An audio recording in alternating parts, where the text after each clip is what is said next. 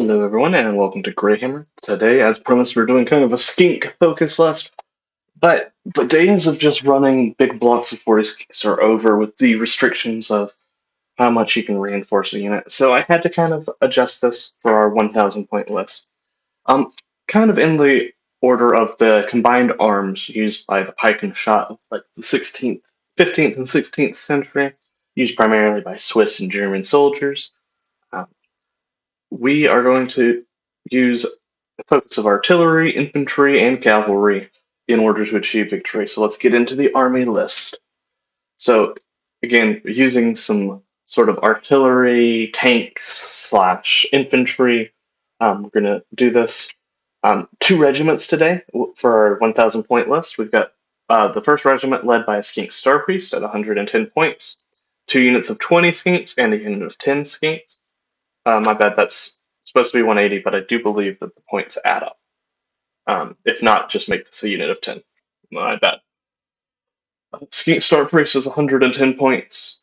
The Stilodon with Ark of Sotek is 260 points. And then the Spawn of Chotek is 150 points, for a total of 990. Again, if you add up all these numbers and it comes out to more than 990, with that being 180, then just make this a unit of 10 and make that 90 points. My apologies for that typo. So we've talked about asterisms in our other ones. So what asterisms do I think should go here? Well, you've got Sotek the Deliverer. Add 2 to the movement is pretty good to go on anything. Quetzal the Preserver could be also good if the opponent gets the first turn and they charge quickly. You could give your guys a higher chance of resisting their attacks, especially that Bastillodon, making it so that it takes one less Rend would be crazy strong. But asterisms for this army is going to be a little bit more difficult than like a Saurus heavy army or even a Slam heavy army. We're going to take the Nimble and Quick, which is once per turn in your shooting phase. You pick up to 3 friendly skink infantry or skink cavalry units that are not in combat. Each target can move d6. Each target cannot move into combat. So you get an extra little move in the shooting phase, which can get you into shooting range, can get you away from bad situations, can get you in charge range, all kinds of things. So our Skink Star Priest, he's going to take very similar to what our Skink Star Priest have been taking in the future, being of the stars and Coadal Familiar, just making his save a little bit better. And on to spells, you've got the Light of Chotek, which we talked about last battle report. So that you can use to heal up your monsters, so like the Bastillodon. And then you can also cast the Earth Trembles, which is a casting value of 8. You pick a friendly Seraphon wizard, pick a point on the battlefield with an 18, make a casting roll of 2d6. You draw a straight line between the target point and the closest part on the caster's base. Roll d3 for each unit, friendly, and enemy that has models passed across by this line. On a 2-up, inflict an amount of mortal damage on that unit equal to the roll. I'm not a big fan of this spell, so I wouldn't suggest it. The next one is Empowered Celestite, which I think is worth it. Oh, it is only on Saurus, so you won't be able to use this anyway. So we won't even cover that one. My bad. Speaking of Star Priest, we've gone over his rules in the past. Those melee weapons have crit auto wounds is nice. Unfortunately, it used to be on ranged weapons as well, which I thought was really fun and made sense. I mean, poisoned blowpipes.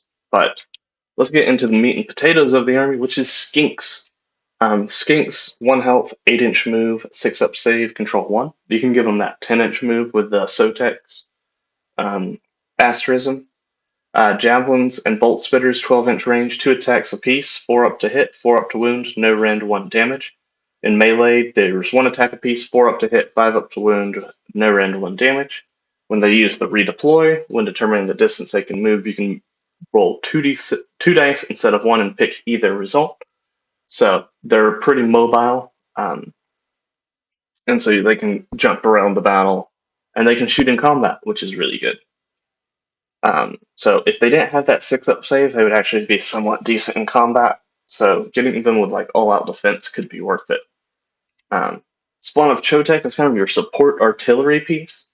8 health, 5-inch move, 5 up save, control 1. It's got the Glob of Flame Acid or Stream of Fire attacks.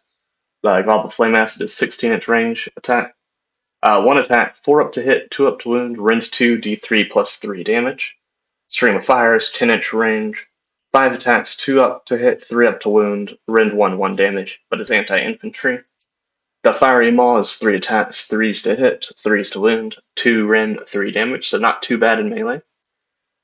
It's got a crew of 3 Sun Acolytes. Add 1 to the control score for each Sun Acolyte it has. If it has no Sun Acolyte, it can only control 1. Each time you make an unmodified save roll of a 1, remove 1 of its Sun Acolytes. The damage point is still inflicted.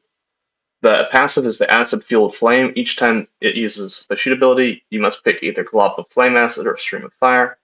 If you've done the Glob of Flame Acid, if any damage points were allocated to an enemy unit, subtract 1 from save rolls for the enemy unit. So it could make your skinks do more damage in combat if, like, something with a 4-up save goes to a 5-up save. That's pretty nice. We've gone over Raptidon Chargers in the past, but we're gonna... Did I include a unit of Raptidon Chargers? I did not. This list originally had Raptidon Chargers, but I didn't have points for it. My apologies, it's been a crazy weekend, so I didn't get much prep in on this. Bastiladon with Arc Sotek. This is a good one. 12 health, 5-inch move, 2 up save, control 5. The Meteoric Javelins have a 12-inch range, 6 attacks, 4 up to hit, 4 to wound, no rend 1 damage, can shoot in combat. Then in melee, it's got 20 attacks, 4 up to hit, 5 up to wound, rend nothing, 1 damage, but crits are mortal damage. So those 20 attacks, any 6s are mortal damage, which is pretty nice. Bludgeoning Tail, 3 attacks, 3s to hit, 3s to wound, rend 1 d3 damage. That Arc of Sotek, you pick up to 3 different enemy units within 9 to be the target in any combat phase, and you roll d3 for each target. On a 2-up, inflict an amount of mortal damage on the target equal to the roll. Note that is in your opponent's hero or your opponent's combat phase as well. So this guy can do mortal damage on both combat phases. So stick him into combat with that 2-up save. He's pretty durable. You can heal him up with Light of Chotek, so he can be a pretty good centerpiece. We might do some monster-focused lists in the future, and I think that the Arc of Sotek is in a really good spot. And I love it, because I loved this guy back in the old days. He was a bit of a meme, but it was fun. So let's talk about kind of strategy. Your Skink Star Priest is going to be either... really, he's just going to be healing your Bastiladon. He was going to be enhancing your Skink melee fighters, but it only affects Saurus. So besides that, he can use the Earthquakes... sorry, my dog is being rowdy. He could do the Earthquakes to do some damage from magic. You use your Skinks to skirmish and hold objectives. The rally command will be good on them as well. Raptidons you don't have, so... but the Bastiladon you can use as a disruptor, especially against heavily armored foes, because he does so much mortal damage. So, like, if you go up against, like, heavy infantry with, like, Chosen or Blades of Corn, they're Blood Warriors, those mortal wounds are going to help you just kind of hold the line and start winning out in that battle. Speaking of going up against heavily armored foes, you can use the Spawn of Chotek to both do damage and weaken targets' armor saves. Overall, I think this is a pretty versatile army list. I think it would be pretty good against almost everything, except maybe massive hordes. Like, it might struggle because Skinks aren't going to be able to do enough damage to just keep them down, and the Bastiladon's probably a lot stronger against heavily armored troops. Though the 20 attacks have a higher chance of doing damage against a horde like that, so there's definitely some play into those weaker matchups. Against heavily shooting, this you could be weak against. Your Skinks are fast enough that you can maybe bog down enemy shooting units in combat, and then therefore making it so that they can't shoot.